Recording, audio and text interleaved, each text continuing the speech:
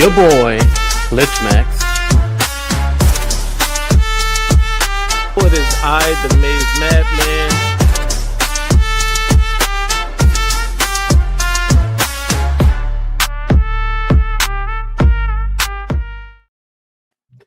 Good evening, good people. It is I, the Maize Madman. I'm here with my guy, the Maniac. Lich Max is not here today. He is dealing with a car issue, but shout out to Lich and holding it down though for my guy Lich. We got your boy, old man on the sticks. What up, though? You know what time it is, man. What's good, family? Hey, you remember that episode of Martin Jerome was like, hey, all right, look, old man on the sticks will be joining us more frequently, ladies and gentlemen. Keep it locked. We got other announcements to make. That said, shout out to real quick. I'm gonna give my shout outs. Ripstar is in the building. Shout out to Ripstar. Gucci Viper, aka Mike Legend, is in the building. Show Gucci Viper some love. My guy, your guy, Ron Embry. Shout out to Ron. J.O.J. is in the building. Don't tell Johnny what to do on Johnny's live. Exactly. Mar Mizzle. Shout out to my guy. And Dub Q is here. Can't forget about DK all day. DK all day. By the way, you get out of line, DK all day will get you back in line. That's enough of that. All right, gentlemen. Things didn't go our way Saturday. All right, let's go ahead, get that out the way. There was a football game played on Saturday between two arch rivals. One from that vile, disgusting cesspool in Columbus, the other from Ann Arbor, Michigan. The game was played in Michigan. The snow came.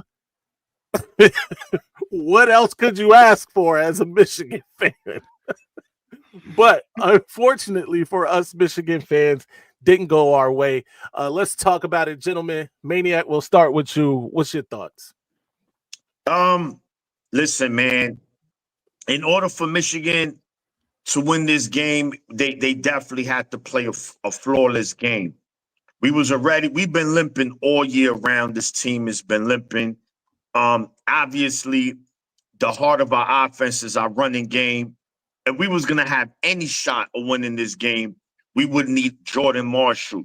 He only played 2 possessions, and in those 2 possessions, he had over 60 yards. Now, I'm not saying we was gonna win if he would have stood healthy. I'm just saying he was gonna be the key. And him running the ball would have opened up other things for Michigan. But once he went down, it was all she wrote, man. Michigan hung in there. Don't get me wrong. They hung in there first half. Opportunities were there. OSU, they're defensively, they're going to open up the door for you a little bit, right? You need to get into the crib. You need to take what you need to take because that door's going to close fast. When the door was open, we had the opportunity to take what we needed to take. We didn't. Only was mustered 6 points and 2 red zone possessions at home. Yeah, that's a recipe for disaster. No matter who you play, let alone an elite team and defensive team like Ohio State. So second half came, and you know me, I'm a big boxing guy. And what Ohio State did to us in the second half is what a fighter would do in the second half of the fight. Started going to the body. Just break you down, man. There's nothing worse than body shots in boxing. Fighters would tell you, I'd rather get punched in the face than get hit in the liver. And Ohio State was breaking our liver. Ribs, binkity, bow. We just couldn't do nothing, man. So at the end of the day, out talented, out coach, out physical, out everything. Shout to them, man. They got it done in our house. It's nothing more to say. That's a fact. Old man on the sticks. Before you go, 1 second. There is a new feature here on StreamYard where we are streaming both to mobile and landscape if you're on PC. So be sure that you got your orientation right. If you on the phone, you want to change it this way. Be sure you got your orientation right. All right, old man on the sticks. Go ahead. I mean, Maniac said it best, man. Like it was. Um, when I looked at this game, right, I already knew that by injuries we were kind of we were kind of fighting with one hand tied behind our back, right? Number two, that defense. Now listen, I don't like this guy. I call him Mr. Pencils. Never liked him. He coached Detroit. He destroyed my program, my great team. So I don't like Matt Patricia at all. Period. Point blank. Right. But he's not an idiot. You know what I'm saying? And so the key thing is he was like, okay, if this Michigan offense is going to beat me, they're going to beat me without their star receiver. And so what they did was what we did against them last year when it came to Jeremiah Smith. They started to bracket. They bracketed him. He was only under single coverage, I think maybe once or twice. And he did get open, but again, Bryce didn't see him because Bryce had happy feet. Mm-hmm. They took away your favorite, and as a freshman, when they take away your favorite receiver, you start to be in disarray. Things that you see, you start seeing ghosts, is what Maniac says, right? So that's what we seen. Statistically, 22 first downs to 9. Ridiculous. We can't. What can we do with 9 first downs? 1 and 9 on third down, 63 total passing yards, and 100 total rushing yards. Come on, bro. Like, and who won the rushing on the ground? Ohio State did. They had 186 yards. We know whoever wins the rushing battle usually wins the game, right? They had 106. That young man, what's his name? Bo Jackson. Yeah, that boy was toting that rock, but it wasn't like we couldn't stop him. It was just that we weren't tackling. And so when he would get out that first thing of contact, everything was open to him. We had players. He giving players the stinky leg by them stopping and going. He had Roder out there looking crazy. Like, what you stop for, bro? That stop and go, bro. That stutter. Oh man, listen. And I'm gonna tell you what it made me mad for. Because again, like I said, I coach linebackers. What makes me mad about that is you have a defender that nobody sees. It's called the sideline. Right. If he's running toward the sideline, he does that. You still commit to the sideline because you force him to go back inside to go where all your help is. Yeah. So why would you try to stop with him? Like what are you doing? I know what you did. You gave up the sideline. And so that's what happened, right? Then the most insane stat that nobody's talking about is time of possession. Ohio State had the ball for 40 minutes and 1 second. We had the ball for 19 minutes and 59 seconds. There is no way you win a football game unless you're scoring with every second, every minute. You putting up points or something. 19 minutes? No way we was going to beat a team like that with 19 minutes, man. And so that's what hurt us, was the fact that we couldn't get anything done. We couldn't get anything going. There was no consistency on offense. It seems like this guy had no plan on what he wanted to do initially in the offense once we lost Marshall. Once we lost Marshall, it was like, let me try to run Bryce. Oh, wait a minute. They're ready for that. Let me try this RP. Oh, wait. No, they're ready for that. 3 and outs, man. So that's what I seen, bro. Yeah.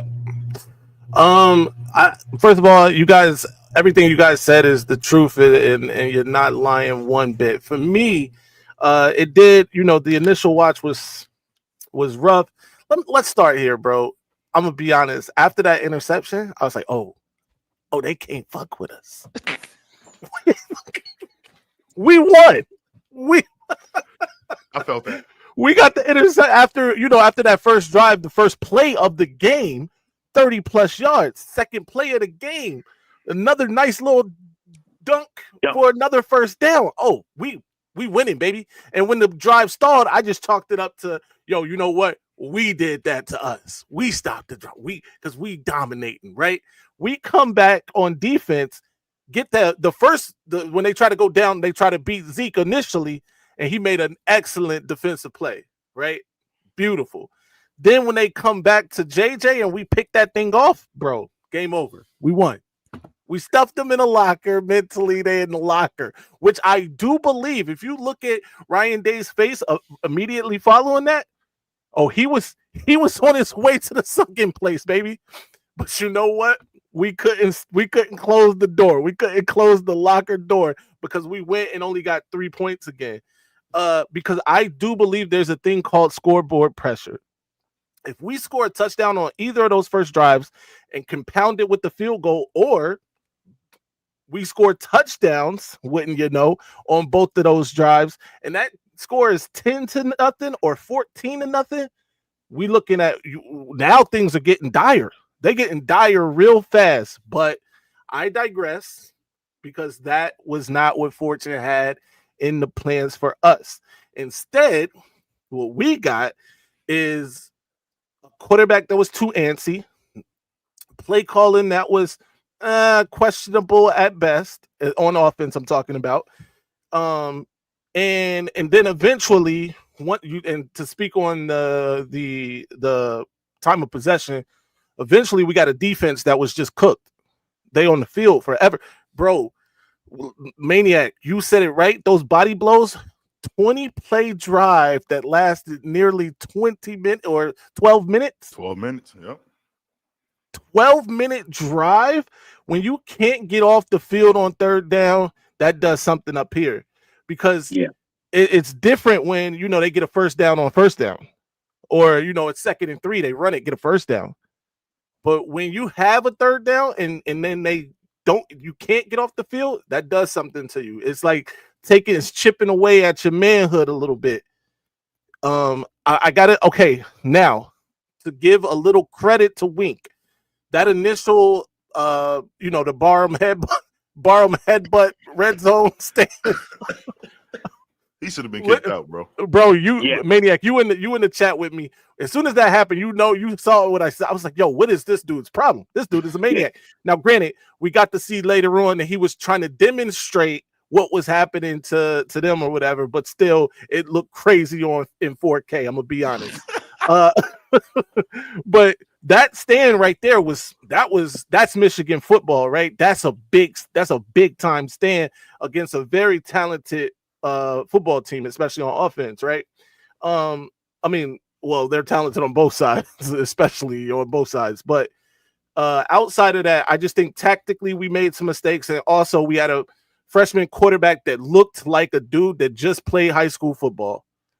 He looked just like a guy that you just took off the high school quarterfinal game and put it in a Michigan jersey. That's exactly how he looked, bro, because he wasn't reading the field. And by the way, I say this with all due much love and respect for Bryce Underwood, because I am a huge Bryce Underwood fan. I don't want 100%. Anybody to take this wrong. But he wasn't seeing the entirety of the field. Even on the run play that you talked about, they got stuffed. I think if Bryce is a little more patient when we down in that red zone area, if he's a little more patient, that's a touchdown. It was only one guy to beat. Mm-hmm. If he's a little more patient, that's a touchdown. But you're right, man. Fundamentally, we got out of it, and I have to give Ohio State credit, bro. They were already better than us in terms of the talent, position by position. They were better, and then they unlike last year, leaned on being better, bro. We're better. And sometimes when you feel that, you could come out and dominate a good team, because Michigan's not a trash football team. This team wasn't trash. It's a very young team, but they're not bad. And these guys was just like, yo, we better everywhere that matters, right? And that really meant the trenches. We better on the offensive line. We better on the defensive line. Let's go make them know it. And I think that's ultimately what it came down to. Yeah, it would have been interesting to see a healthy Hayes and a healthy Marshall in this game. 1,000%. Do you think on that first play Hayes takes it to the house? 1,000%. Yes. 18 wouldn't have caught Hayes. 100%. Yeah. Hayes is out of there. But anyway, you have to realize last time when we broke on them, their safety net was Downs. Right. He played back, but now they have Downs playing in the box. So he was out of the picture. So 18 would have got smoked. Yeah. Goes. I don't think I'm not saying that changes anything in terms of the outcome of the game. Relax, bro. I'm just asking a question, bro. Relax. Play is different. They don't know how to act now because it's been since 2019. Now imagine. we got all the all I'm saying I'm just asking. All right, listen. This is what they were saying last year. We beat them because Ryan Day tried to prove something. Ryan Day had the same fucking game plan this year than last year. Threw the ball deep like 3 times this game, 4. Same thing he did last year, then try to run the ball. So, but this year is fine because they won. You see how they hypocrites? No, These maniac, OSU maniac, fans, like, come maniac, on, man, get out of here with that. maniac. You're right though, but let me take it a step further so that they really can understand. Because everybody's gonna gloat when they win. They're excited, Yeah. as you should be. It's been a long time since you felt this. Yeah. Feeling. I get it. You know what I'm saying? It's been about 5 years since you had this feeling, so I get it, right? But what I'm gonna say is this: he initially tried to be more physical when it was the game. And that's why you couldn't do it. What he did this year different was he was physical. He played like this every single game. If you never noticed it, Ohio State is officially back to being what the rivalry was with physical football. They became a high-flying team with spreading it out, throwing pat. They got back to what the rivalry was when it was Bo Schembech and Woody Hayes, when it was physical. Who's the more physical team? So that's what they started to work on all year. That's what they did that all year. So this wasn't a just let me set this up for this game. He realized I have to change the philosophy of how we're playing to deal with the physicality of Michigan. So to do that, we need to be physical from the beginning. Let me say this. We'll move on because we do got to get on. Remember when, and like you said, this was an all-year thing. Maniac, we spoke about how they were number one and like they were just the most methodical team all season and stuff like that. But this is the same change around 2021 that Jim Harbaugh made. And I'm not saying the same tactically in terms of X's and O's. Our plays don't necessarily look like they plays or whatever. I'm just talking about the fundamental idea of it, right? When Jim around 2021 changed, and it was all pointed to Ohio State. The team was put together in 2021 to beat Ohio State, in 2022 to beat Ohio State. It's all pointing to that. And I think they did that, right? And he kind of did it on steroids because with a $35 million roster too, not only are we pointed to beat Michigan, we pointed to dominate just everybody. I'm just saying, and before we move on to the next topic, can we not agree? Marshall and Hayes was arguably the number one duo in America. 100%. Yeah. Okay, so you can't say what ifs. Is it Jeremiah Smith, Tate, the best wide receivers in America? Yep. So imagine playing without both of them. It's not what ifs. The game would have been different. And I'm not saying we would have beaten them. I'm not saying it'd have been different. They probably still would have. They probably still, but it's just anyway. Let's move on, bro. Let's move on. Yeah, let's move on. Marmar, by the way, I don't know. I gotta talk to Troy. I haven't talked to Troy in a minute, man. I know he was dealing with some things, but all right. Anyway, let's get to our next topic, and that is the good, the bad, the ugly. We don't really have a intro for this anymore, unfortunately. I don't know what we got for this. So anyway, gentlemen, what was good, what was bad, what was ugly in this game? Old man on the sticks, take it away. Boy, listen, I'm gonna say this before I say my good, bad, and ugly, man. I am a Michigan fan and I love football. Understand that. But the good, man. The good is that we lost. I know y'all don't like that. Wait a minute. I know you don't like that take. Let me explain why. We're the youngest team. Yeah. They ain't gonna ever want to taste this again. That's a good thing. I know we don't like it, but now they see what the game really means. Because when you're just coming from high school, we had how many freshmen starting on offense? 6. They don't understand, but now they do. So that's how I'm looking at it. Like sometimes you got to get punched in the mouth to reassess yourself to move forward. Like, you know what I'm saying? So that's how I look at it. The bad is that offense. And what was the play calling from Chint Lindsey, man? That was just bad. It was just bad to me. I don't like it. And the ugly is Saturday. That was just ugly to me. Like the whole thing was ugly. The whole thing was ugly.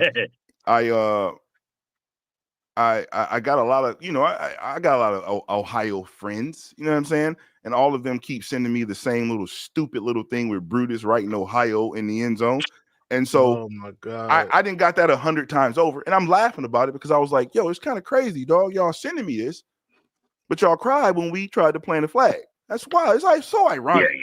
You see what I'm saying? But that was ugly. The whole game plan, I understood what Sharon was trying to do, but the fact of the matter is what was ugly is we and this is no excuse. This is just pure facts. And I believe Mar said this on Saturday after the game, or somebody said it in particular. I can't remember who it was, but they stated that the game ended up the way it did because we were set up by Harbaugh for not recruiting. Mm-hmm.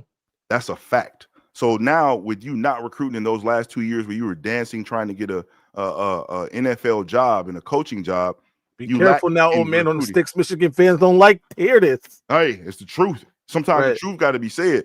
But when he was dancing around doing that, and then you take the staff that can build these guys up, you really left you left Michigan in a sort of a disarray to a certain extent. And that's why now Jerome has to build it back up. And he's doing a wonderful job with recruiting. But that's just where we at, man. So that's my good, my bad, and my ugly. Yeah. Maniac, good, bad, ugly. What you got? So the good was we came out swinging. We show life. We came out. That was good. You said, "Oh, Maize," you said this game is over. The interception, right? You saw like, all right, this team is up for the challenge, right? That was good, and that's gonna lead to my bad. The bad was they took our manhood. They took our manhood. They put the honey bun on our bed. We ate the honey bun, and they said, "Hey, yo, what the fuck?" Yeah. And they say, "Yo, you know that comes with a price, fam." What was? Yeah. Hey, yo. we know how the rest goes. Yeah. Listen, I can admit it as a Michigan fan, baby. But the ugly, gentlemen, and my fellow Michigan fans in the chat, the same flaws we saw from Maniac. 1 second. We gotta do this. Yo, do not mute anybody that does not attack you personally in the chat. Shout out to my mods. I love all of y'all. Thank you. Not just you in the chat. If they attack anybody personally in the chat, that's how we doing it. But don't mute people because they got different talk. As long as it's respectfully, let them talk they junk. And the same thing, gentlemen, not prepared, lack of creativity, being out physical. That more than anything, right? No one likes to lose. Doesn't matter who you root for. You root for your team because you want to see them win. But I think we can all agree that all three losses look similar. Mm-hmm. Similar. Look, 13, and 9. That was the amount of points we scored in our losses. 13, and 9.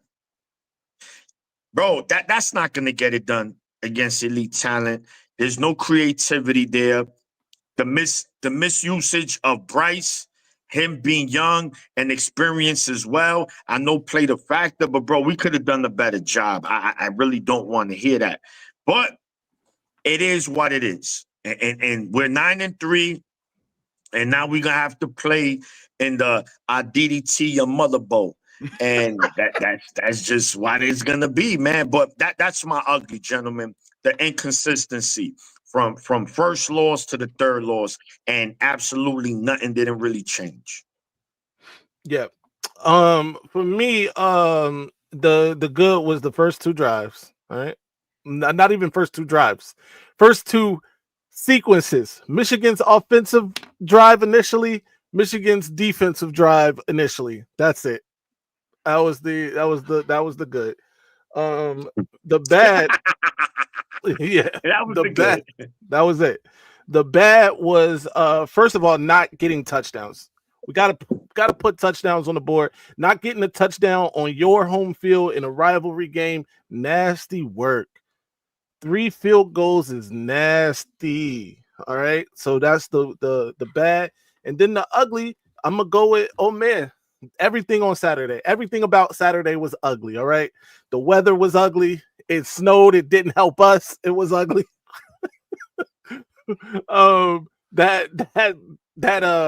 What's Johnny's word? His saying a controlled butt whooping. That controlled butt whooping was ugly. The face Sharon was making on the sideline, ugly. All of it was ugly. The most ugly. All right. All the red in the big house has to stop. That's whatever insane. We got to do. That we gotta going forward. everybody in the chat, ourselves, we got to take some response. I'm going, if it means that we got to show up, you know, and get people out there, because all the red in Michigan Stadium is nasty. And I get it, because somebody pointed out, like, you know, all the season ticket holders for Michigan selling their tickets to Ohio State fans. But you know what?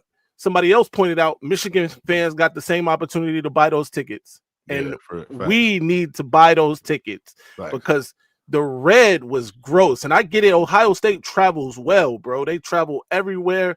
Probably the best. Wherever they probably go. The best travel team in the country. I give them that. Absolutely. Them and Notre Dame are going to travel. That's a fact. But this was nasty, and that can't happen at the end of the season in your building, because when we go to Columbus, I mean, it's Michigan fans in there, but it don't look like that. That was ugly. So that's my ugly. Let's move on. Before we move on, though, quick commercial. Yo, this is Dre Fame. I'm rocking with the Maize Madman. Y'all gotta follow him and tune in. If y'all don't, I'm upset. Gentlemen, what's next for Michigan? Maniac, the writer of the show every week. Talk to us. What you got in mind? Well, obviously, we'll be heading to a bowl game. So the questions, obviously, who's gonna play, who's not gonna play. I'm gonna go ahead and say Derek Moore doesn't play, Jay Sean Barham doesn't play for sure. I don't know about the D tackles, the Rayshawn Bennies, the Trey Williams, the Paynes. I don't know. Maybe they should, because that can help they draft stock. It's not like they're gonna be high picks, but for me, I want to see the Dominic Nichols, the Nate Marshalls in this bowl game coming up.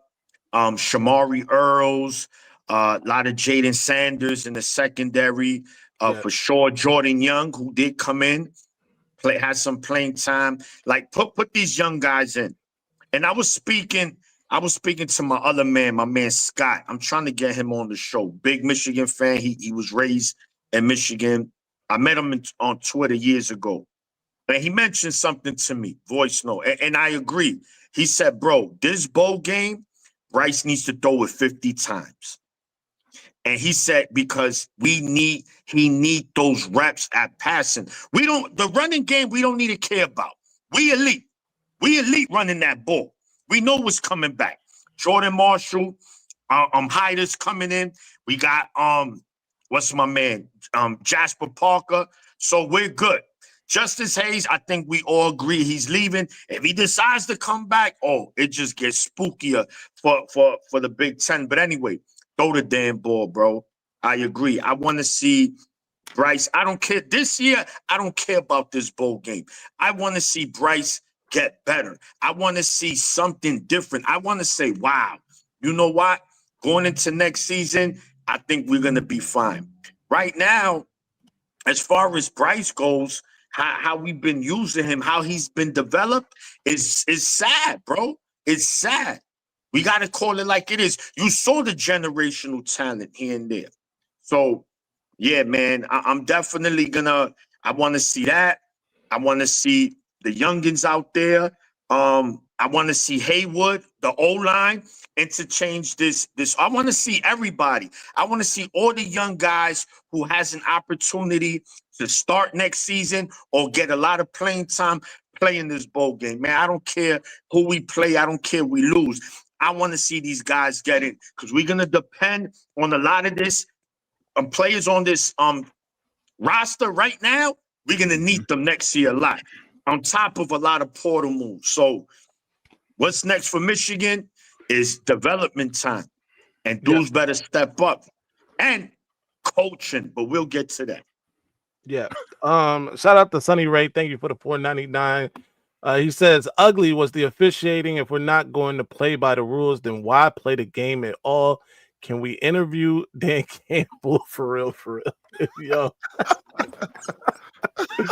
Damn it, man. Oh, man. Yo, shout out to Sunny Ray, man. We appreciate the $4.99. Old man on the sticks. What's next for Michigan? I agree everything with Maniac said. To be honest, next. I would prefer not to see any of those guys play. We're losing Ernest Hausman too as well. A lot of those seniors are already graduates. I would prefer for them not to play. Let our freshmen get in here. I mean, that's what we were doing anyway. So you might as well let these guys play now. Like, you know what I'm saying? You want to put them in times, put them in the game where they really weren't prepared. So like put them in here now and let them hang out. Like let them thug it out and do what they're gonna do. You know what I'm saying? Let them get they lumps, they scars, and get that experience. I do agree with like opening up the playbook. Let that young man throw the ball, bro. Like you got to do something.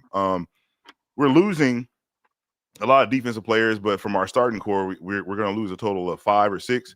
So 5, and then so that means that we still keep 6 people, right? And then on offense, we losing 3. We're only losing 3 from the starting offense. There's 2 linemen and McCooley, right? But then with the linemen that we're losing with El Hadi and Crippen, we already got guys that we can replace that, and we're going to get what's Andrew Bebeloa. He should be healthy to come back. We're going to go ahead and put him in his place, and Frazier can probably move to the guard to fill that spot. So to return 8 starters on your offense, that feels great. And our offensive line, they were up for the Joe Moore Award. I know we were confused on maybe how, but they were up for it. So that means that we got something to build on. So I would say what's next for Michigan is just stick with the process as far as training these guys up, getting them ready, getting them more physical. I think Sharon Moore needs to have a Nino Brown meeting, all black with a Rottweiler, and go ahead with the sword in his hand and just start walking past people and be like, JB Brown, I never liked you anyway, you pretty. No, you know what I'm saying? We gotta get him up out of here, bro. I'm just saying. He need to go. Ron Bellamy need to ride. And I know y'all ain't gonna like this tape, but I think Wink need to go too. And the only reason why I'm saying that he is needs to go. I agree. I feel like Wink, being honest, and I know we don't want to say this because we look at Michigan as a great place to be, but we got to look at it for some of these coaches that we're pulling from the NFL. They have aspirations to be in the NFL. They don't have aspirations to be in college. Like, right. You know what I'm saying? And so they come down to show what they can do, show their skill set to get promoted, to get a job up there. Last year, Wink, that was his year to go. When everybody was questioning about him, he probably should have dipped in. This year, they're probably going to be like, I don't know. Like, you know what I'm saying? But I think Michigan was a stepping stone for a lot of these defensive coordinators to get their stuff together to be able to go coach at the next level. And so I think we just need to get a guy that understands that system but wants to be in college, wants to interact with the kids, like, you know what I'm saying, and get them prepared to be at that next level. And then Sharon, hey, man, I just need you to stop. It's a lot of memes out here. I love dude to death, too. Don't get it twisted. But it's just a lot of memes. I just need you to be more of a silent assassin. I don't need no emotion out of you. I just need you to be a coach. Don't be too emotional. Let the players be emotional. You need to be you're the one that's supposed to be controlled chaos. You're in charge here. Like, you know what I'm saying? Like, it's like just like when I was in the military. When I'm in charge, my soldiers get out of hand, hey, tighten up. But you're gonna look to me on how it's supposed to be. They gotta see that out of him. Like, you know what I'm saying? I feel like a lot of the things he did and some of that emotion that he wears, he needs to sort of dial that back so that when things get in disarray, they can look to him. So that's what's next for Michigan for me. No doubt. Listen, speaking of Sharon Moore and being a silent assassin. Hey, let the rabbit out the hat. Let the rabbit out the hat. Your man might be out here sniping, man. Hey, listen, I just hope it's not the truth. Let me say that. I'm gonna say that much. I hope it's not the truth, bro. We'll circle back because we got to talk about these coaches in a minute anyway, Maniac. But let's leave that there. As far as what's next for Michigan, I'm with Maniac. I want to see some young guys get in, play in this bowl game. They got to get that experience. Bryce needs to throw it 50 times, like he said, bro. Put him in the blender. If he get ground up, he get ground up at this point. But we need to see it. These some of these young guys, we talking Browder, we talking hell. Can Washington play? He can play. He ain't played all season, right? This won't burn his shirt. Put Washington in there. Let's see some Jasper Parker in the bowl game if he's healthy. You know, I think he's dealing with an injury too. Let's see some Micah Kaipana. What can he do? Let's see it. So that's what I'm looking for. Ty Haywood on the offensive line. Let's get him some reps, right? I think that's what it comes down to. In terms of who might Michigan match up with in that bowl game, bro, it could be Texas. I saw some Texas out there. I saw some Vanderbilt. Somebody said Tennessee here in this chat. It's some options out there because even though Texas beat Texas A&M, is that enough to get them back into the playoff picture, right? Nope. I don't think it is. They might just be right outside. Vanderbilt, the same, might be just outside of the playoff picture, which leads them available for Michigan. And I think if people who like money want to see a bowl game that's going to make money, we're probably going to end up playing Texas in some, I already know you. I know. I already know. You ready to hit the punchline? You ready to hit a punchline? Yeah. I was getting ready for the Me Too Bowl, whatever the heck we play in, right? We gonna probably play a team like Texas because Michigan is a big brand. Texas is a big brand. They both missed the playoffs. Let's make some money. And that's pretty much how people feel. So it'll be the Cheez-It Bowl. It'll be the Cheez-It Bowl. That's what the Cheez-It, right? Citrus Bowl. Citrus Bowl. That's what it's called. That's why you want to be one of them. Who's the cheesy? I'm the cheesiest. Hey, listen, we're gonna be playing for the title of the cheesiest. Shout out to Alan Barnes. He says Bryce needs to humble himself before he starts talking on shows about Heisman's and national championships. Cool down, put your head down, stay out of the light, work just like JJ did, please. Listen, me and Maniac spoke about this because we didn't like it when he said, what was it? What was the quote?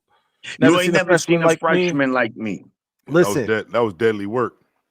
And he needs to understand. Never mind. I'm not going to say what needed to happen for him for that statement to be true, but I will say this: I do think Bryce needs to worry about the playbook and getting better, his footwork and that sort of thing. But I also don't think, he needs to necessarily model. If he takes anything from JJ, it should be that, right? Getting into the playbook, knowing the playbook, that sort of thing. So I'll leave it at that. But I'm with that. Ripstar, thanks for the $4.99. He says, imagine if we invested this much energy into our education and healthcare system. Take the L, plebes. Enjoy the increased health premiums in 2026. I'm not saying the last part. I'm not saying the last part. Only Ripstar. Shout out to Rip. Beats and Treats, thanks for the $5. He said, I heard Sharon is related to Ime Udoka. Hey, yo. You guys are funny. Them boys love staffers. Jerome may need to visit Nick Marsh. Mama, listen, listen to me. Yo, beats and treats. I know. I saw what you did there. You think you're slick, Beats? Stop it. Stop it now. God, man. All right, we're moving on, man. It's nasty out here, Mac. We'll talk after the show, man. But it's crazy out here, bro. All right, what we got next? Big Ten conference rankings. The final. This is the final one. The final big ass conference rankings. Let me share this screen real quick, and we'll get right to it. Beats and Treats think he's slick, man. Yeah. We don't know it's true, Beats. Man. We don't know nothing. I'm Jon Snow out here. All right, look. Final tier maker, final big ass conference rankings. Let's do it. Who's the worst team in the conference? I'm gonna go first. Give me Michigan. No, I'm just... Michigan State. All right, Michigan State. No. Purdue. Purdue. Purdue didn't win a conference game. That's true. They got to be the worst then. Michigan State number 2. They just got their first win. And they just hired Pat Fitzgerald, former Northwestern coach, who I think whatever. It's a good. Yeah. Good hire. It's not decent a home run hire, but a good hire nonetheless. Poor little bro them. All right, what we got next? Anybody else down here in the worst, or are we moving up? Maryland, shit. Maryland, who else? That should be the dude. Rutgers, Wisconsin. Oh yeah, Wisconsin for sure. Wisconsin definitely a bad team. Shit. Who else? Rutgers down here in the worst. Yeah. And all right. I think that's it for the worst, bro. Anybody else in the worst? I don't know, man. UCLA, bro. Yeah, UCLA. Oh yeah, you're right. Y'all right. They're the last. They're the last of the worst. One. By the way, it's rumored that UCLA is hiring JMU's current head coach. They are. No, they did already. Okay, yeah, but he gonna be able to coach in the playoff if they go, which it looks like they will. Yeah. So there's that. All right, he's part of that Signetti coaching tree. Let's see. Lord, don't get him started on Signetti out here in the Michigan chat. Who's the bad teams? Oh, let me go ahead. Nebraska. Michigan. All right. Nebraska, yeah. Yeah. Who else? Minnesota. Penn State should be down here, bro. Nah, Penn State. Penn State Ended. They were there, but they ended well. They just beat Nebraska. They beat 2 teams to finish the season. Right. Yeah. Penn State, Minnesota,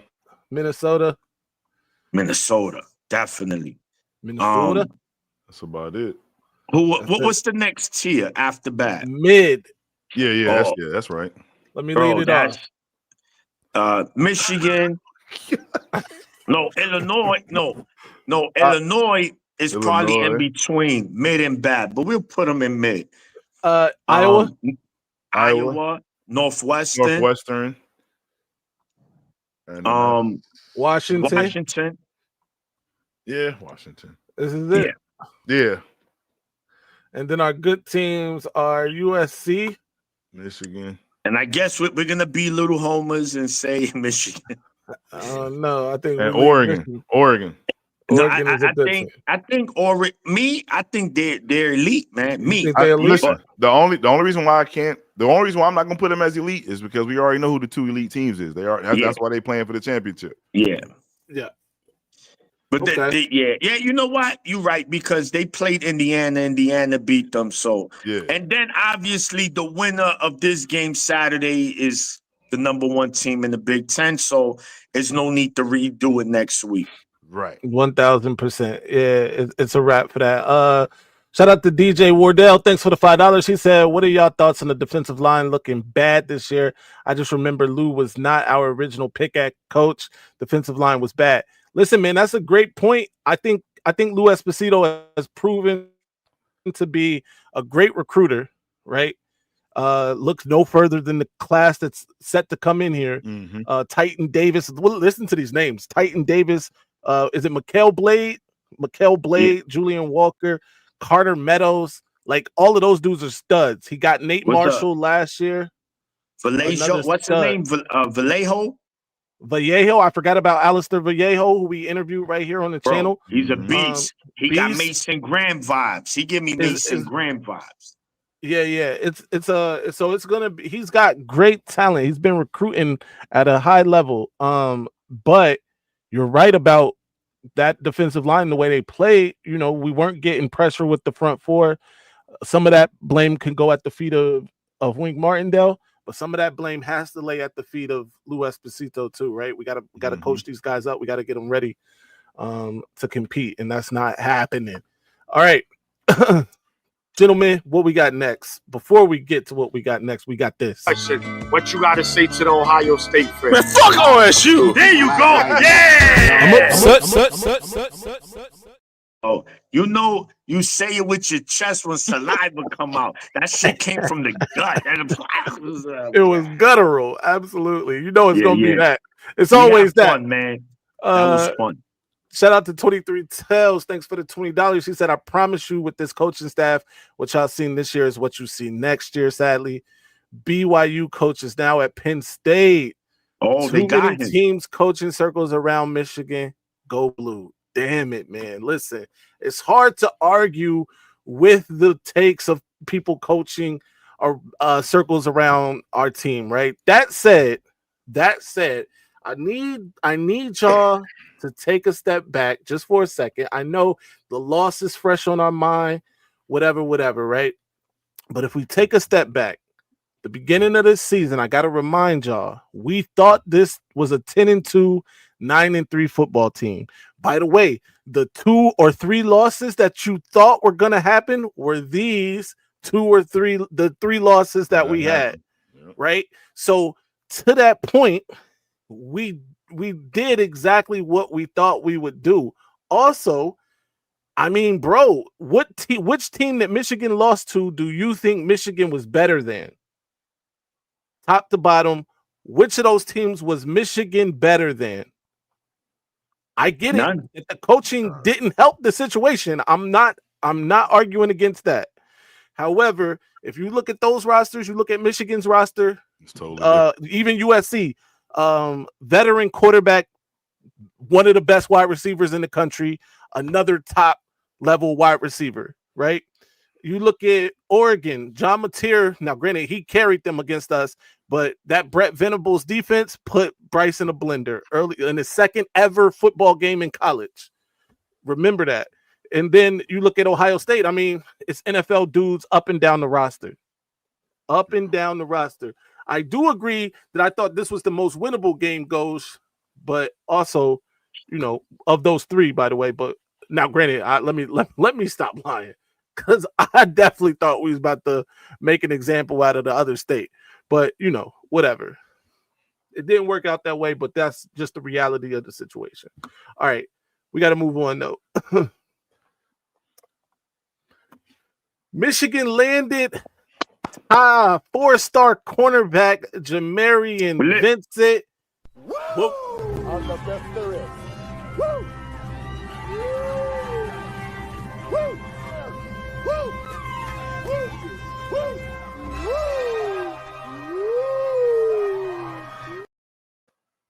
Yes, sir. Even in the midst of all of this, Michigan was able to go out here, land themselves a top level recruit. It's a beautiful thing, and it's always great to be a Michigan Wolverine. Jamarian was on campus for the loss against the other state, still got that commitment. By the way, Lamar Morgan, another one of those recruiting mavens out here for Michigan.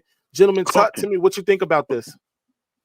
No, man, this is exactly what we need, man. You're talking about, you know, Michigan, you know, playing in the Big Ten. We're going to be going up against elite receivers, man, all year. Obviously, we're going to play Ohio State every year.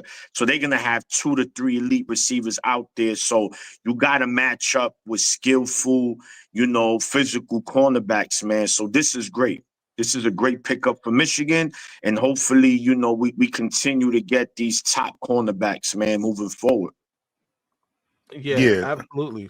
And looking at him, he's a two-way player, which is good. I like that because that means he attacks the ball at the high point, as you see, even when he's on defense. When he gets an interception, he's attacking it at the high point. So you always, when it comes to your corners, and especially some of your elite corners, most of your elite corners came from being wide receivers. They've played a little bit of wide receiver, so they see where the ball goes. They understand to go get the ball at the highest point, stuff like that. So, man, this kid is going to be special. 1,000%. I mean, it looks like he plays all the positions for his high school. That's what I'm saying. Quarterback. Like he just put him in. Like. Right. Yeah. But shout out to Jamarian Vincent. Man, look, this is what I got to say. This is a dude that if you are a member, if you follow this channel, you know I've done a videos about Jamarian Vincent. I was really excited about him. He's a Baylor flip. He was committed to Baylor. He's out of Texas. In fact, he's from the town or whatever, the city that Baylor is in. I forget the name of it, but Waco. He's from Waco. Yeah. So you know, this was a great get for Michigan. There was some rumors about Texas being involved here.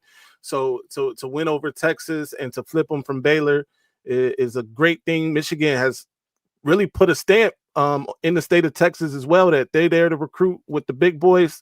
Got kids like Andrew Marsh on the squad now. You know, this kid, Alistair Vallejo, Tristan Dare, who we also interviewed right here on the channel Pyle. in the 27 class. Jalen Pyle, Zion Robinson, both of them from the state of Texas. So We cooking good in things Texas. happening for for sure. Michigan on the recruiting trail in the state of Texas.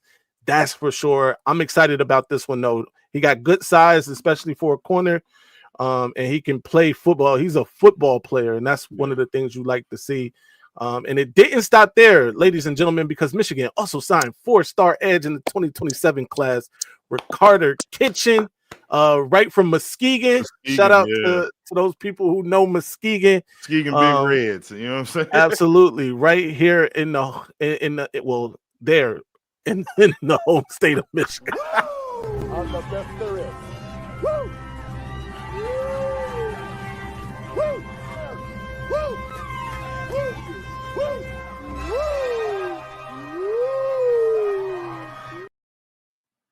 You know we got to bring Rick to all the parties. Shout out to the GOAT, as a lot of people know him as. But Ric Flair comes with me to all these recruiting wins, and Ricardo Kitchen is another big win for Michigan. 4-star in-state prospect. That looks like it hurt. I'm gonna be honest with you. He's a big kid. I think 6'5", 6'6". Only a sophomore, right? He's or junior. This is junior year. He's a junior. Only a junior. He still can fill out that frame. Look at him run down. This is crazy. He looks like a man amongst boys out here. By the way, talk to me, gentlemen, what you think about Ricardo Kitchen? Yeah, man, this is exactly the kind of dogs we need. And anytime you keep every team will tell you, right? You want to keep that talent from home in, right? You want, the best players in Michigan go to Michigan, right? That's the same. So we that's beautiful, man. And what we was just complaining about in the OSU game, the lack of pressure, right? So these are the guys we need to bring in order for you to be elite in college football and NFL. You gotta have guys that could attack the quarterback. If you can't attack the quarterback and get to the quarterback, you're not gonna win championships. So this is a good start with what we already have coming in. And bro, I'm excited. Look, he's a junior and he looks like that. Man, oh man. By the time he a true sophomore in Michigan, the dude's gonna be an animal, man. And hopefully, he gets the right coaching. That matters. That does matter. You a coach, that shit matters, bro. No, as long as he get the right coaching with the right nutrition and weight room, bro, the sky's the limit for Kitchens. He's gonna be cooking. Let's do it. Yeah, I can see him. The way he bends the edge, he bends his body pretty good. He relies a lot on his hands, so he gets good hand separation to where he doesn't allow that tackle to put hands on him. But as I see him, he attacks the ball, and he attacks violently. He attacks with bad intentions, and that's what you want to see. Somebody in the chat said, "This is for you, Michi." Man, Michi played at DN at that school as well, man. So that's a definitely great look. Rest in peace to that young man there. I love the way he just goes, like he's downhill. He's still trying to seal the edge too, which is a good thing. He's not just committing completely. He's actually doing his position job. So I like the way he looks. And like you said, if we get the right coaching on this guy, really just make him understand his assignment and what he's looking for, because he is coming. Like, if you pause, but you see what he's doing. That young man is not playing no games, man. So I like it. I like what I see. Yeah, that's a fact, man. And both of those guys were visitors for the game, which is another good sign that the outcome of that game didn't necessarily sway, their decision making. You see and hear about that a lot. But, one thing about Michigan, they do put on a good show for the visitors there. And I've heard that the visits have been A1, and that's coming from recruits, not just ones that Michigan has won either, but other recruits too. So shout out to that. I like Ricardo Kitchen a lot. I like Jamarian Vincent a lot. I liked him over the other kid we were trying to flip from Florida. So I'm good with both of these, both 4-star talent. And I think they're gonna do good at Michigan. By the way, Jamarian is a 2026 commit, and Ricardo Kitchen is a 2027 commit. So There is a little bit of difference there. Let's just hope that he stays committed, in this day and age of college football, man. A commitment sometimes really don't mean anything. So let's just hope he stays committed. Well, signing day is quickly approaching, right? Next At week, least for the 26 class, right? Yep. So, some of these guys are going to be on the dotted line. But here we go. 3 coaching changes. I worded it a little different than what Maniac had in there. Thank you. 3 coaching changes you would like to see happen. But let's talk about it, man. Maniac, what you got for us? Let's talk. And remember, it's only 3. I know people going to say like 5 coaches. You can only, if you right now, I'm having you sit, you the boss. You can make 3 coaching changes right now. Only 3.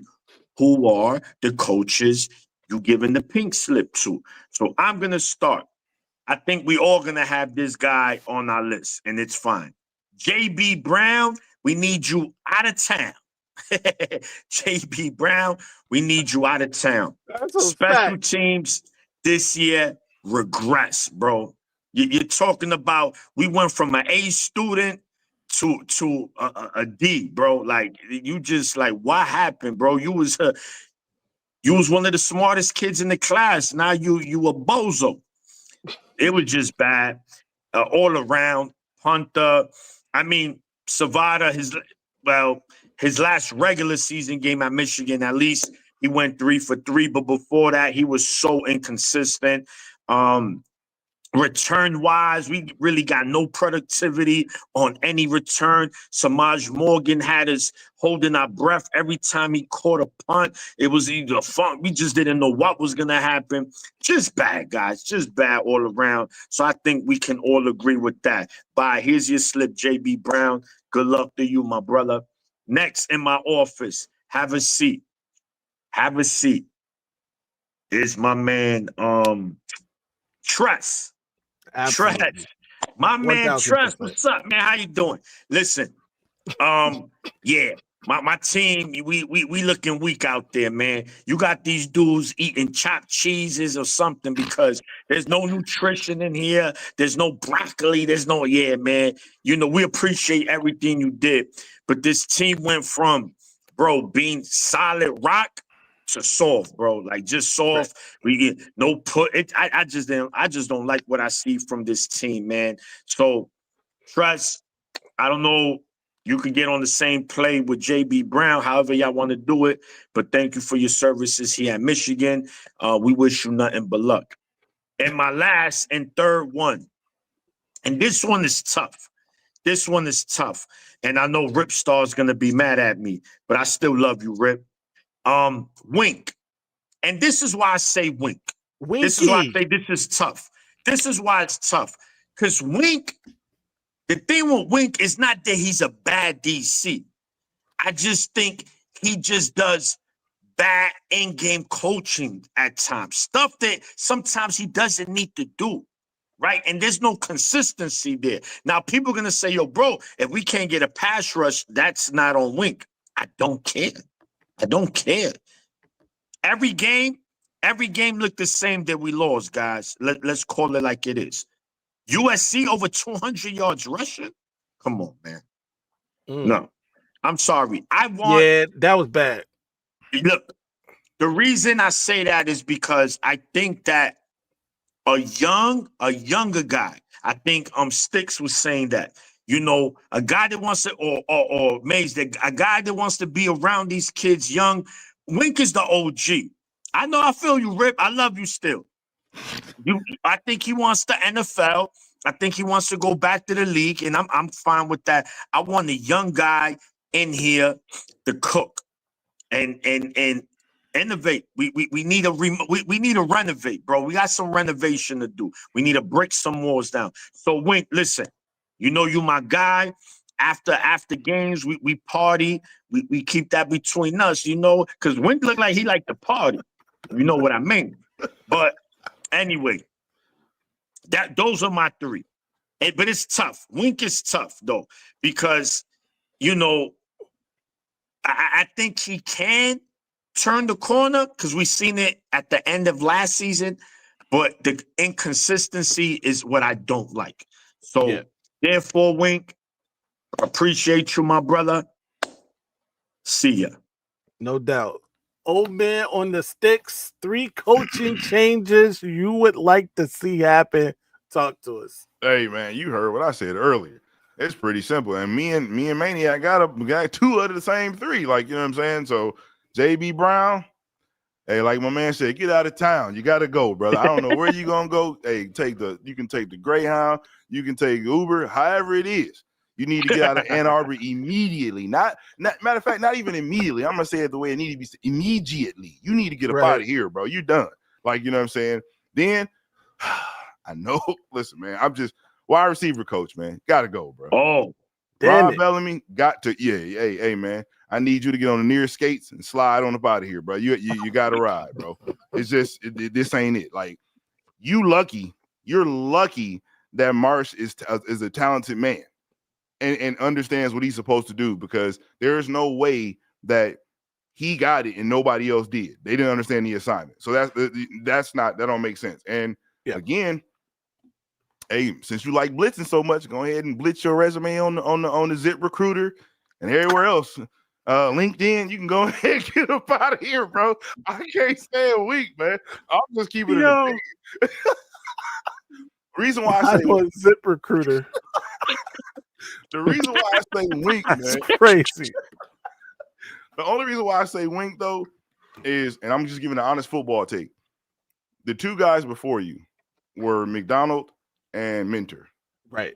They ran the defense you created. Yes. And they ran it better. That's a fact. Which means you are stuck in your ways. So think about when you get older, you don't learn anymore. You just feel like you're right. When you start to be that way, that's when it's time for you to let it go. I feel like that's where we're at right now. We're at the point right now where it's like, hey, bro, stop blitzing your linebackers. You're leaving the middle open for simple passes. Okay, I'm going to do it again. Hey, bro, stop blitzing your linebackers because they're going to run these screens and you ain't going to have nobody to be there. I'm going to keep doing it. And then you don't do stunts or twists. You're just running a defense, and your philosophy is go get after it. Football has evolved, and you need to as well. And since you can't, we need somebody that's going to evolve, man. Like, because if not, people's jobs are on the line. It's not just your job. You're also making the head coach look bad. Like, you know what I'm saying? Because if he goes, you go. So before I get fired, you going to get fired. And that's just how I feel about it. Like, Wink just don't evolve to me. He just doesn't. We see the same thing week in and week out. And it's like, bro, you got to, man, if you keep running into this brick wall and you don't get through, don't attack it from a different angle. Stop running toward it. Figure something else out. And I think that's what we need. We need somebody who's going to be innovative, figure some things out, and actually understand that the talent that they have and build a scheme around the talent. A lot of these coaches try to bring the talent to the scheme. Sometimes you got to put the scheme toward the talent. Facts. Yeah, that's a good. I like what y'all saying, man. Look, I think all of us want JB Brown to pay for his war crimes against the University of Michigan. I'm dead. I want his family dead. I want his house burnt to the ground. I want to go to the middle of the night. I want to piss on his ass. Bro, we had a punt this past weekend that went 10 yards. All right. Vada was kicking everywhere except between the goalposts for most of the season. Now, granted, he had his best game of the year against the other. If it's not for Zavada, we don't have any points. Man, facts. We are getting blanked if Zavada doesn't have the greatest game of the season for him. So, JB Brown, number 1 on my list. Number 2, listen, I heard some people talk about Ron Bellamy. This is what I got to say. I'm going to defend Ron Bellamy for a second. He's been recruiting well, especially these last 2. He just had Dakota Garan on the campus again, and Munshin Sells on campus again. If Michigan lands either, and let alone both of those guys, I can't listen. I get what y'all saying, and also we have to give him some credit for Andrew Marsh. Even if he's the only one that's getting what he's putting down, he got it. I don't know, bro. I think Ron isn't the problem here. I do think Chip Lindsey's the problem. I'm sorry. Oh, you think I've seen Chip Lindsey in Michigan one season. It was enough for me. Chip can go. I'm sorry. All right. This offense was pathetic, bro. And look, maybe it is. Maybe Sharon Moore is holding them back. But you know what? Sharon Moore's the head coach. We need to get somebody in there with a bigger voice. It's gonna be like, no, Sharon, we running this. Or say, yo, forget what he's saying. I'm running this, right? Because this is not good. So there's that. And also, let's get a dedicated quarterback coach. Like, let's not do this integrated offensive coordinator, quarterback coach thing anymore. Let's get an actual quarterback coach. There's plenty of ex-Michigan quarterbacks that we can choose from, by the way. Chad Henne recently retired. My man was with the 49ers, who national championship winning quarterback. Brian Greasy. Like, all of these people we Devin Gardner. Devin Gardner. Call Devin Gardner. Like, let's do something. By the way, Devin Gardner would probably be good for Bryce. I agree. Similar styles, whatever. But a dedicated quarterback coach, please. Now, there are rumors that he was working with somebody this past week, leading up to the game. Whoever that person was. Let me not, because that was your first week with him. Maybe that was just, first week we didn't get the results, whatever. But a dedicated quarterback coach. So those are my two right there, Chip, and then we got JB Brown, and then I need one more. And unfortunately,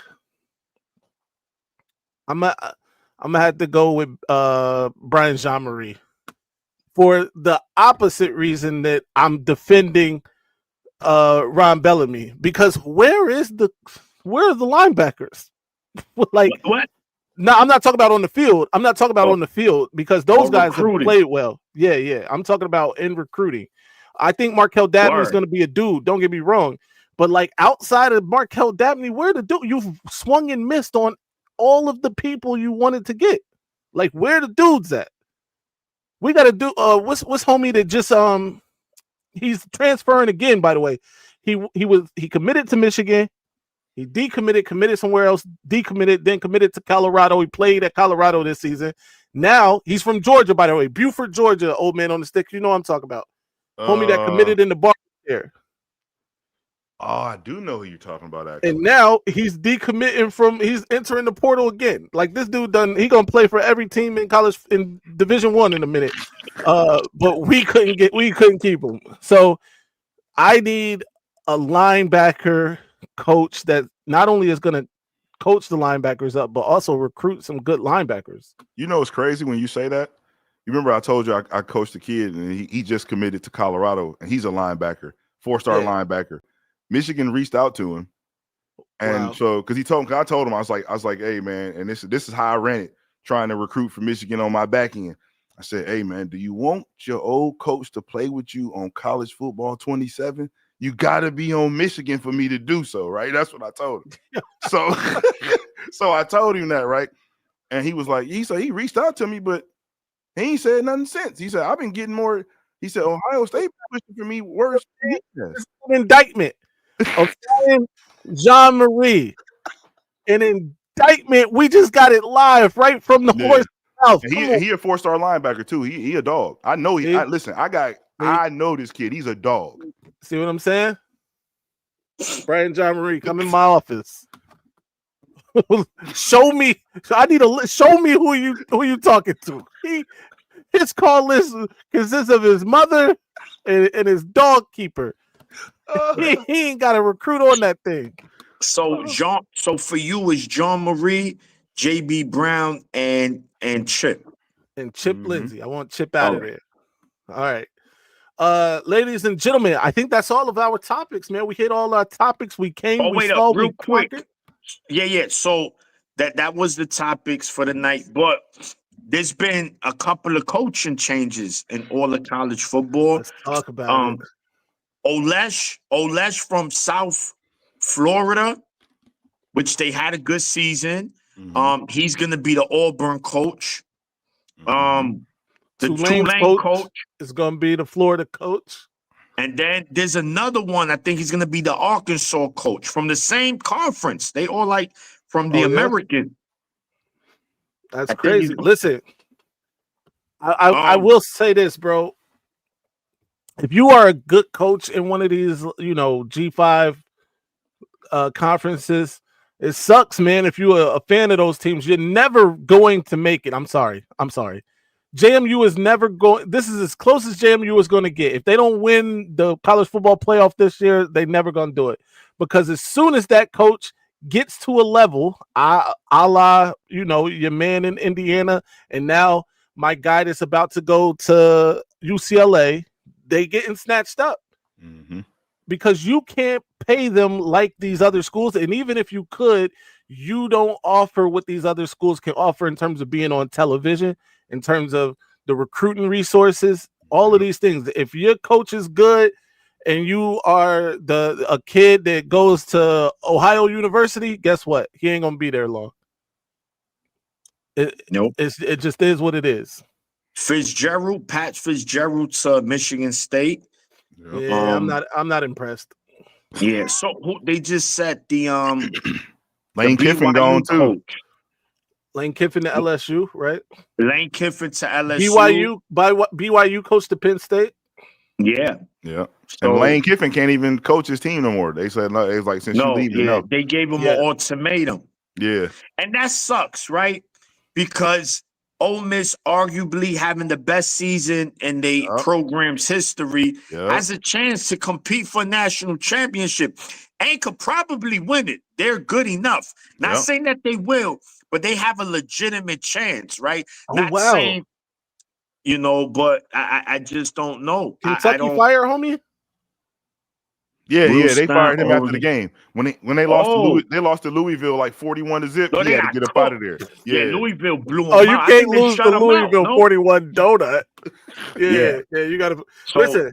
The moment, I don't care if you are a year one coach at Michigan, you lose to that vile, disgusting cesspool, anything to donut, you got to go. Yeah. It could be a safety. They scored 2 points, 2-0. Ohio State over Michigan. You out of there. Yeah. So it's just a lot of coaching changes. It's always the situation this time of the year. Michigan could perhaps be looking for a coach themselves, Maize man. No telling. Oh man, listen. I hope not, but ain't no telling, bro. Let's talk about it. We got to talk about this a little bit because now it is spreading. Rabbit out the hat.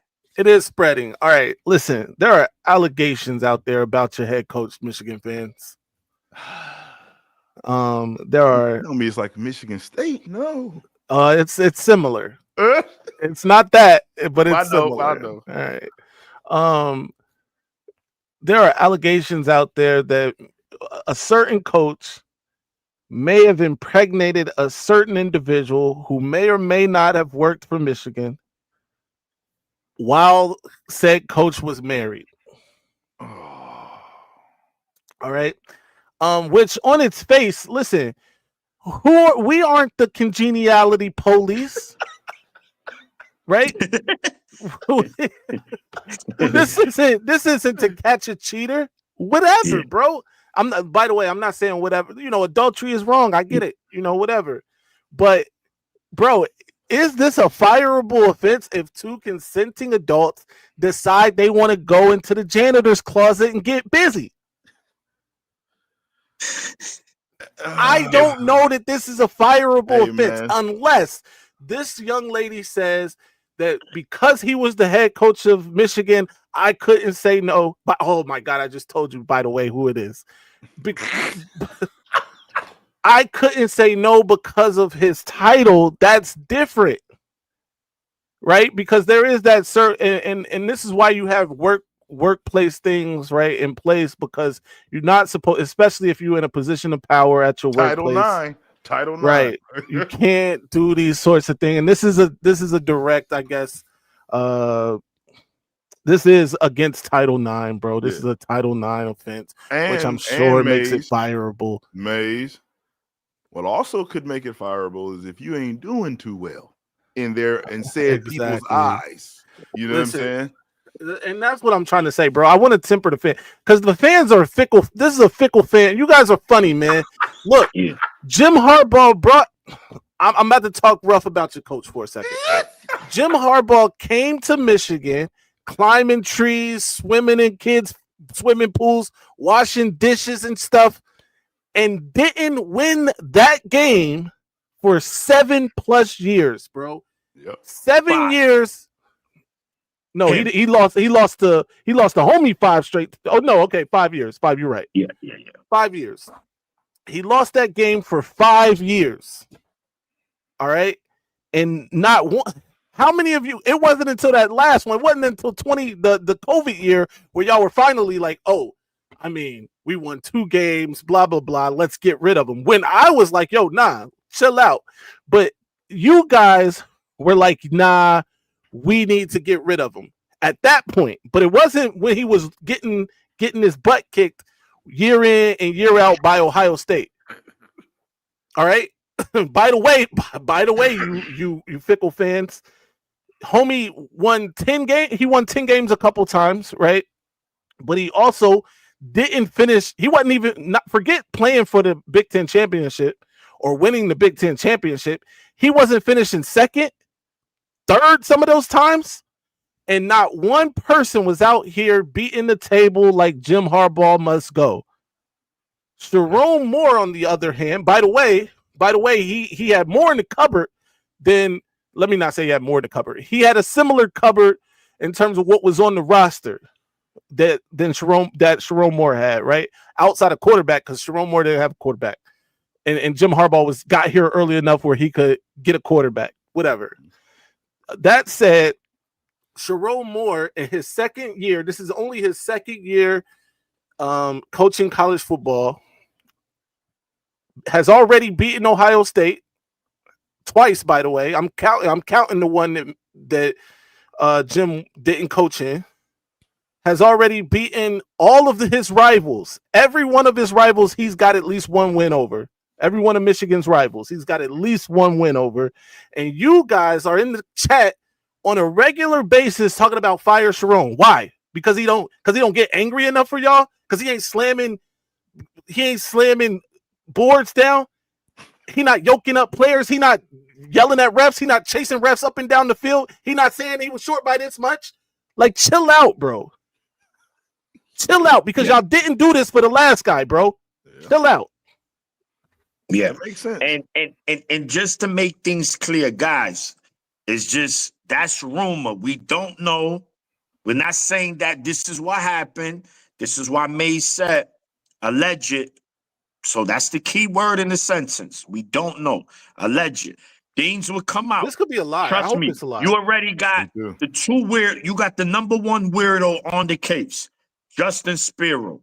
So you already know he wasn't on the case when MSU had to vacate wins. He wasn't on that case. Anything Michigan related, he's on it. So we'll see. We have to wait and see what comes out of this and how true this is, and then we'll move forward. We don't know. But yes, it's been circulating by many people that Sharon was. Look at this. Maze now a Harbaugh hater. Hey, you're good, Maze. Hey, Let's pivot, man. Let's pivot to one more. No. I got time today. I got one question, though. I got one question. Yeah, go ahead. All right, go ahead. Yeah. My question is this, and me and Maze were talking about this before we got on, so I'm going to pose the question now. We got Indiana versus Ohio State for the Big Ten championship, right? Yeah. And I'm asking that. I'm going to give you a little statistics real quick, and then I'm going to spill what I want to say. So Ohio State overall offense 24th in the country, passing 26th, rushing 53rd, scoring 13th.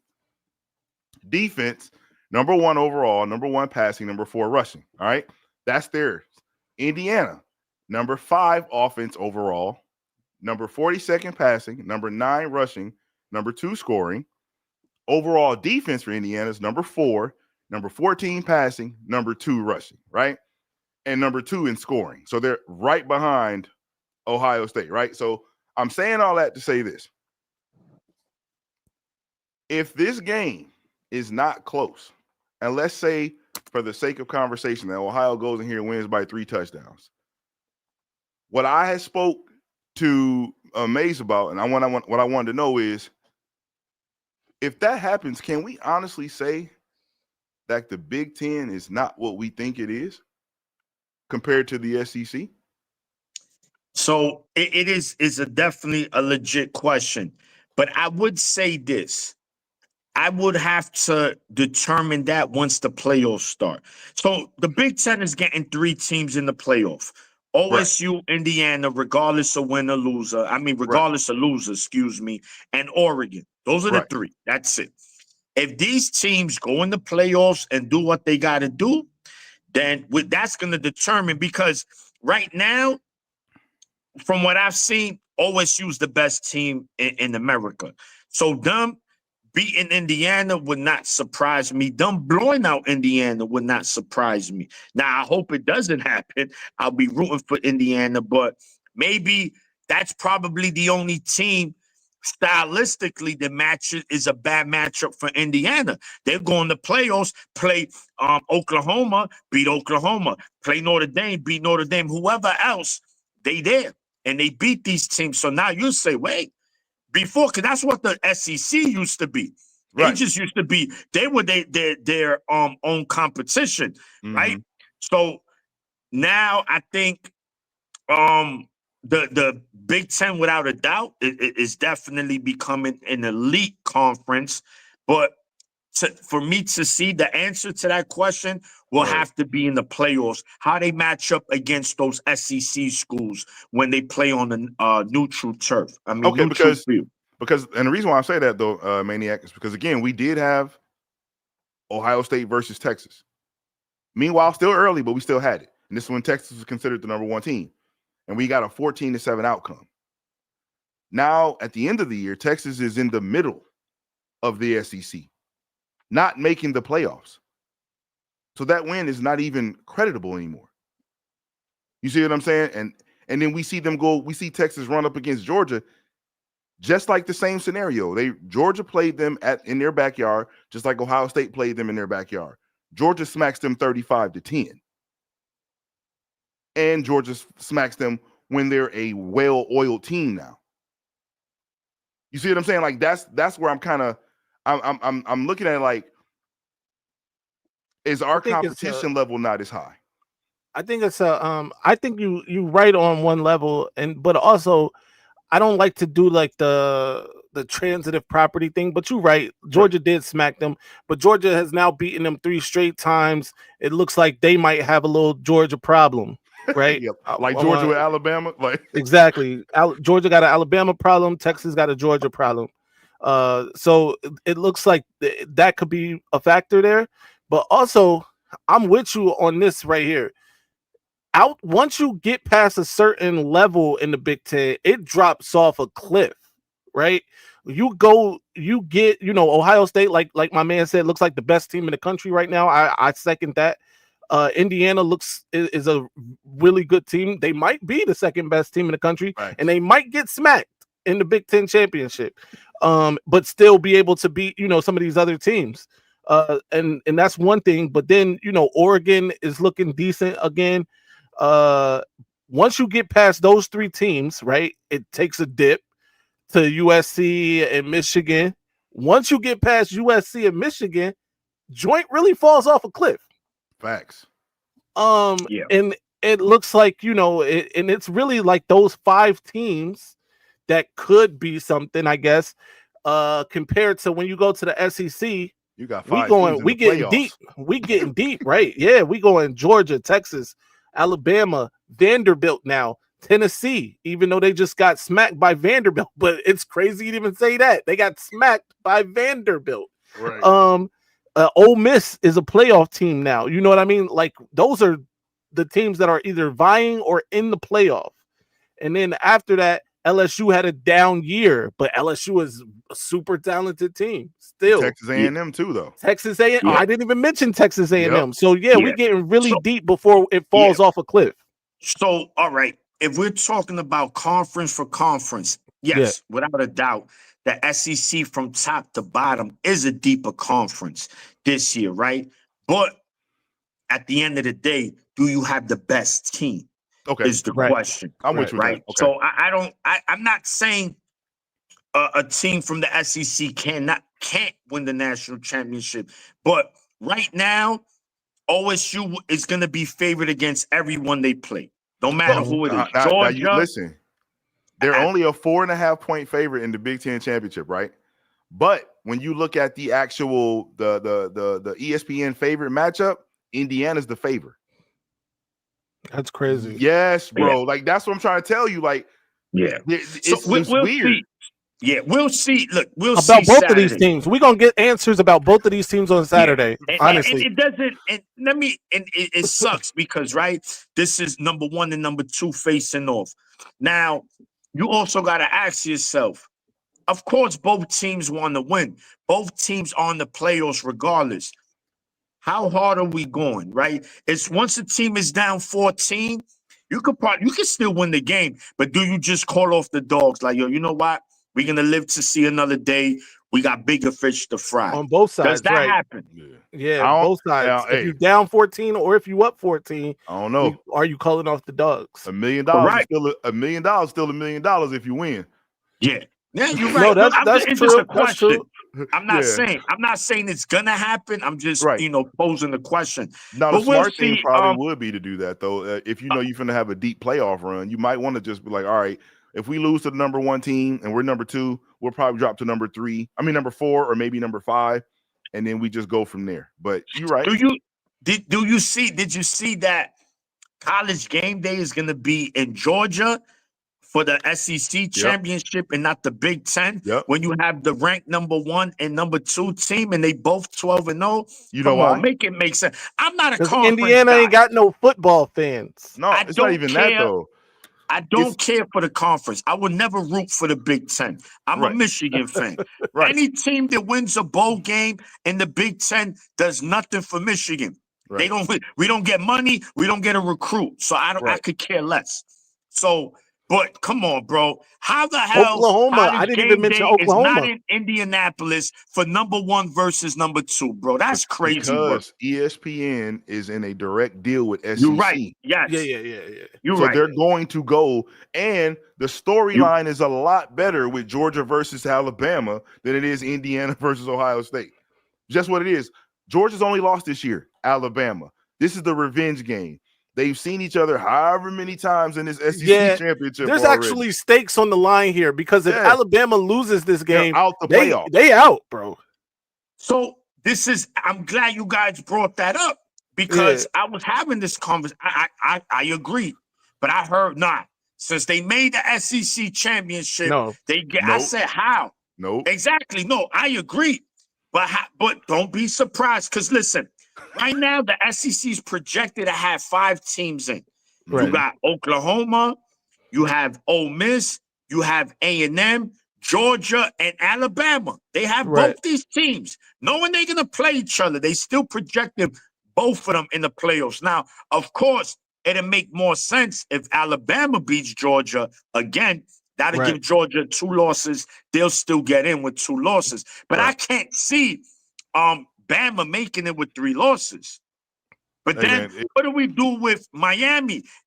What do we do with Notre Dame? What do we do with Texas? Well, Notre Dame's they got a tough decision to make, this committee. Notre Dame looks like they firmly in there. Now, the question becomes Miami, Vanderbilt.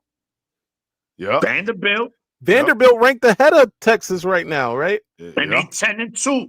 Yeah, Vanderbilt and Miami, I think, are the ones. Now, granted, an argument could be made for Texas. They beat 3 top 10 teams at the time that they played them. They lost. But they got a bad loss to Florida. But they lost to 2 top 5 teams. Yeah, and they do got a really bad loss to Florida. That loss is bad. That's nasty. That's bad. Exactly. So and they got 3 losses already, right? Yep. Which is already a mark against you. But I think that it comes down to Miami and Vanderbilt, and it might put Miami in there because Miami did beat Notre Dame. Miami got some nasty loss. But They got nasty listen, loss. Miami beat Notre Dame, but Notre Dame is what, 4 slots ahead of Miami? Right. Listen, this is the part of this whole conundrum that they have where they say the eye test. I hate that, but that's what they go off of. Hence how Alabama jumped Florida State when Florida State was undefeated. It was called the eye test, right? So they're going to say if they feel like Alabama's playing their best ball, even if they lose, the eye test states that they are a contending team, and they're going to bump said a Miami if they have to get Alabama in there. We've seen them do it already. So don't be shocked, man. I mean, Maniac, don't be shocked, bro.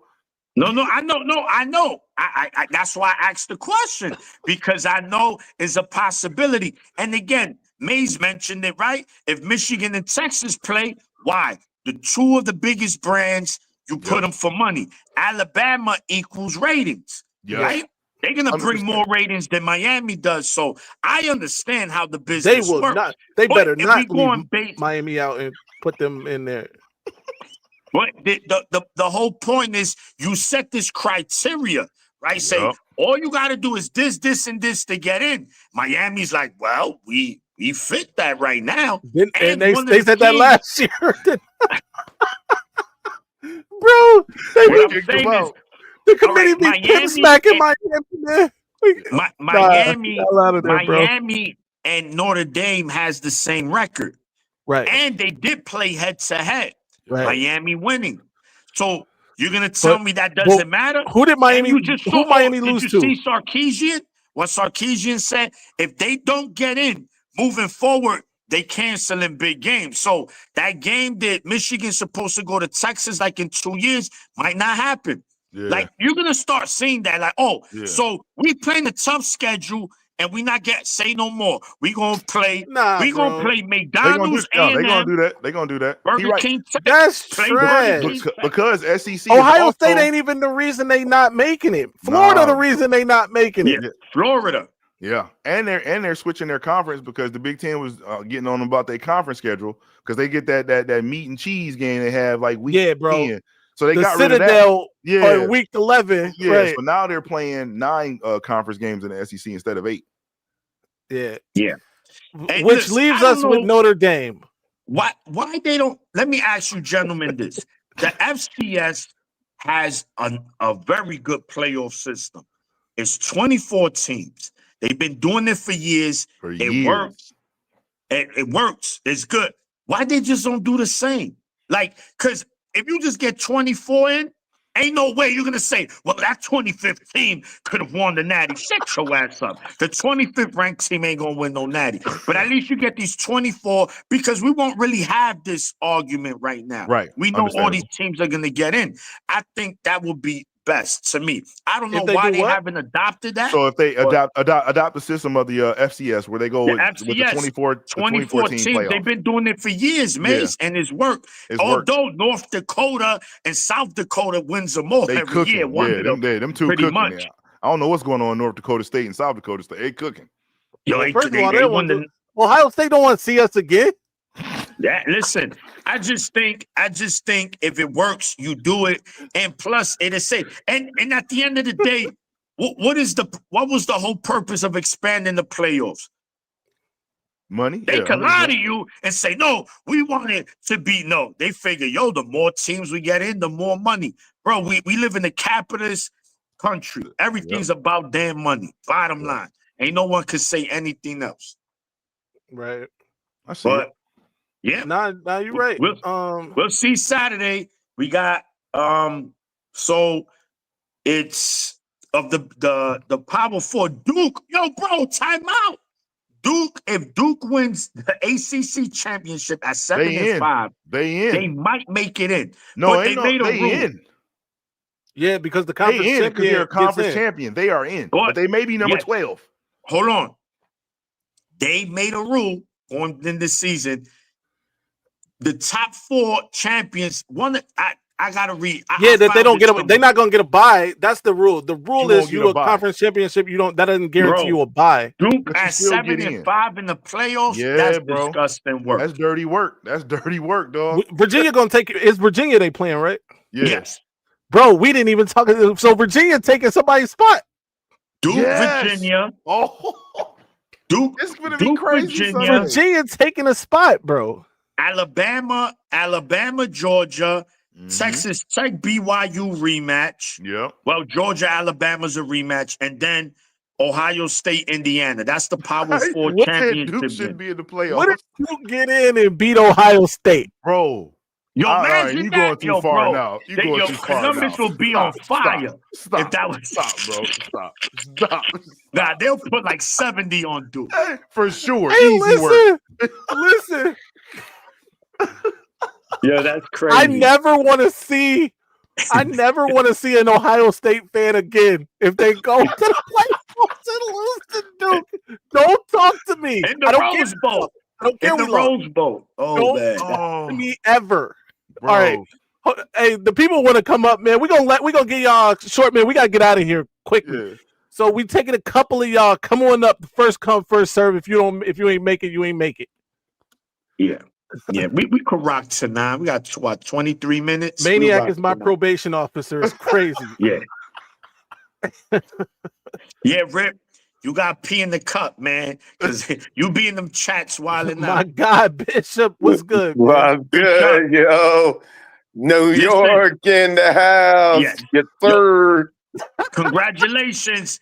Congratulations to your Sooners, brother. How you feel Boy. about your team going into the playoffs? Ooh-wee. Man, if you would have told me about the gauntlet earlier, I would have ate my Wheaties. Hey, y'all made it through that gauntlet though, man. Pretty, Bro, Sure. a couple L's, but that's nothing, man. Man, the Ole hey, Miss game was winnable. I think Texas they handle y'all from the Texas, second half on, but the Ole Miss game was in reach. Y'all had that game. Y'all could have won that game. we made too many errors. Yeah, In this conference, you can't make errors. I agree. correct. Nah, but what it did wake us up to realize that, hey, you can't play with your food. Either you're going to be No. hard to kill, or are you going to go sit up on the porch? Yep. Hey, we made a decision. Hey, ain't nobody going to let us in. Hey, true. But if you go win these last 4 and 2 of them on the road, they'll have to respect you and put you in. Yep. So they projecting you guys to play Notre Dame in the first round. How do you feel about that matchup if it was to happen? Well, hey, put it like this. All year long, they kept being concerned. Can we stop the run? Can we stop the run? Well, once again, Missouri was talking that smack. Oh, we finna run 300 yards. Okay, 70 yards. 41 carries, 70 yards. It's the same thing. No disrespect to Notre Dame. Hey, got to toe the line, 10 toes down, and Yeah. hey, we coming with right our now. best. Go ahead, Brent. No, Brent got your defense playing elite, man. Yeah. Your defense is national championship worthy.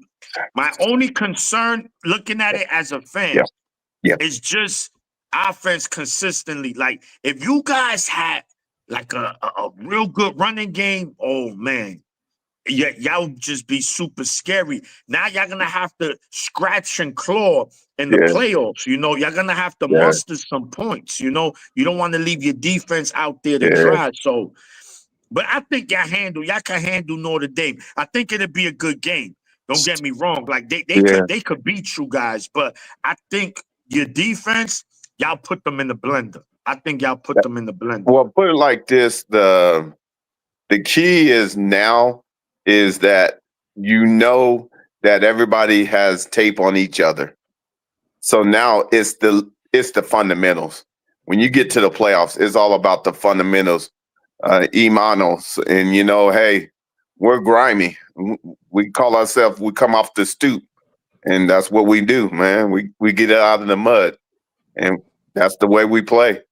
It's not perfect, but we're not in a beauty contest. What's up with your quarterback, man? That's what I was just about to bring into you, because I think that's where, if I had a concern as an Oklahoma fan, it would be Mateer. And the only reason why is because you don't have a run game to rely on. And so once he starts to see ghosts, he starts to make bad decisions. Yeah. He did it in that LSU game with those 3 turnovers. Yeah, It was that bad was bad. decisions. He was forcing things to happen instead of allowing things to happen. And I think that's where it gets scary. That's what see that I'm one of those fans. I don't sugarcoat nothing. You're absolutely correct. And that's why right now he needs these next 3 weeks, he needs to look in the mirror and understand you don't need to be the world beater.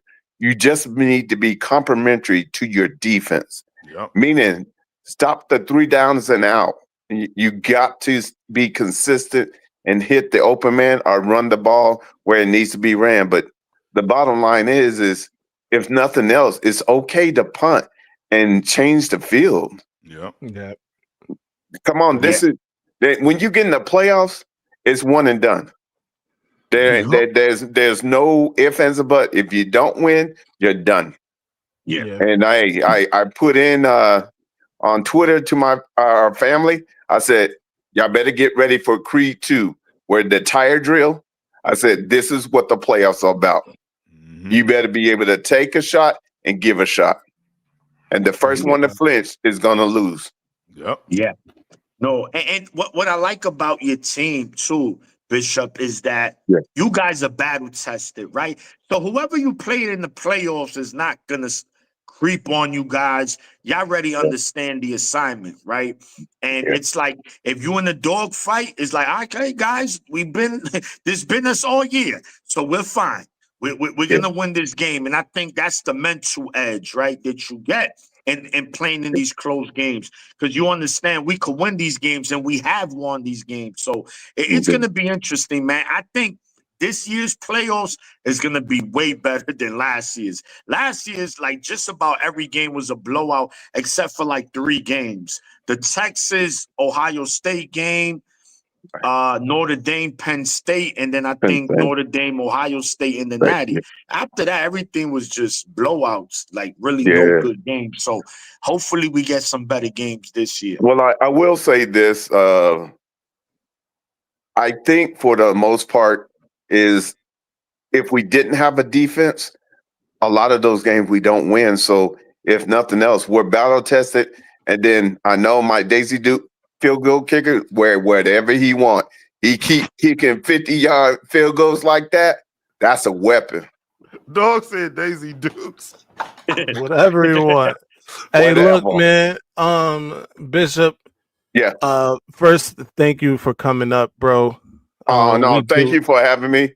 Of course, you man. Guys, you helped us to learn that we got to keep looking in the mirror, because the only way to go forward is you can't sugarcoat stuff. You got to go through the fire.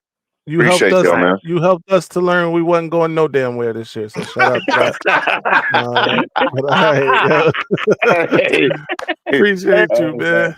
That's great. Shout out to Bishop, man. The Shout Rue was good. Bishop, man. Listen, we got to get out of here.